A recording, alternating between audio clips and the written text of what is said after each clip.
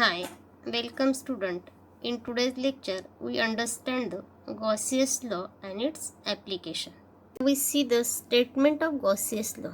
The Gaussian law states that the total flux of electric field E over any closed surface is equals to 1 upon epsilon 0 times the net charge enclosed by the surface. लक्षात आलं की कुठल्याही Gaussian सरफेसवरचा net charge असतो किंवा जे electric flux असतं ते काय असतं 1 upon epsilon 0 times to the net charge. Net charge जर का आपण क्यू कन्सिडर केला तर मॅथेमॅटिकल स्टेटमेंट आपण कसं लिहू शकतो बघा, phi equal to Q upon epsilon 0 and here the closed imaginary surface is called Gaussian surface. ठीक आहे, म्हणजे जो इमॅजिनरी सरफेस आपण कन्सिडर केलेला असतो त्याला गॉसियन सरफेस म्हणतात. Now we consider the application of Gauss's law. The field due to an infinite long straight charge wire. म्हणजे एखाद्या लॉंग स्ट्रेट चार्ज वायरमुळे एखाद्या पॉईंटजवळ असलेलं इलेक्ट्रिक फील्ड काय असेल हे आपल्याला गॉसियस लॉच्या मदतीने फाइंड करायचं आहे. Now consider the long straight wire having a uniformly charge distributed with linear charge density lambda.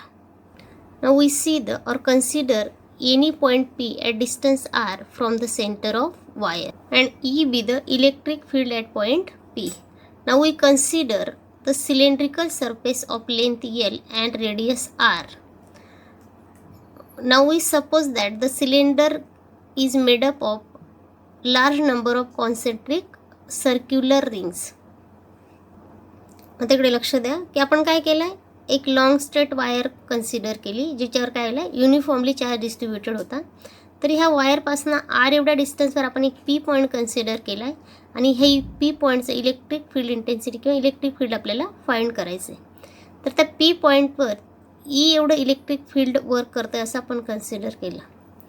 तर आता आपण काय करतो आहे की पी या पॉईंटचे इलेक्ट्रिक फील्ड फाइंड करण्यासाठी आपण काय केलं, आर एवढे रेडियस असलेला आणि त्या वायरच्या लेंथ इतकी लेंथ असलेले काय केलं, सिलेंड्रिकल गॉसियन सरफेस कन्सिडर केला.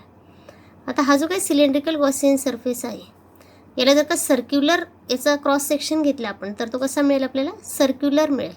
That is the cylindrical Gaussian surface consist of large number of the concentric rings और circular plates. Now consider very small element ds at a Gaussian surface at point P. जे P पॉईंटजवळ आपण ds एवढा small surface why are consider करतो आहे. आता या ठिकाणी the angle between ds and E both are the parallel to each other. म्हणजे ds आणि ई काय दोघं एकमेकांना पॅरलल असल्यामुळे त्याच्यातला अँगल काय असणार आहे, 0 असणार आहे. Now the electric flux through the curve surface equal to line integral of E dot ds cos theta. आता या ठिकाणी काय घेतलं आपण, E dot ds cos theta which is equal to E dot ds. Why? Because here theta equal to 0 and cos 0 equals to 1. So phi equal to line integral of E ds. Okay. But we know that the surface area ds equal to 2 pi RL. तर तिकडे लक्ष द्या की हा सिलेंडरचा वरचा जो part आहे तो सर्क्युलर आहे, म्हणजे सर्कलचा सर्कम्फरन्स काय असेल 2 pi r असेल आणि त्याची लेंथ L आहे. म्हणून मग सिलेंड्रिकल गॉसियन सरफेसचा सरफेस एरिया जो आहे म्हणजे इंटिग्रेशन ऑफ ds तो काय मिळणार आहे आपल्याला 2 pi RL. So we can write that phi equal to E into 2 pi RL. Okay, आता इकडे वरती कन्सिडर करा बघा, if ds and E are at right angle to each other. म्हणजे ds आणि E याच्यातला अँगल जर का 90 डिग्री असेल तर काय होईल बघा, as E and ds are right angle to each other, then electric flux through the plane cap equals to 0. Why it becomes 0? Because the angle between them is 90 degree and cos 90 equals to 0. That's why when E and ds are at right angle to each other, then electric flux through the plane caps is 0. So the total flux through Gaussian surface phi equal to E into 2 pi RL.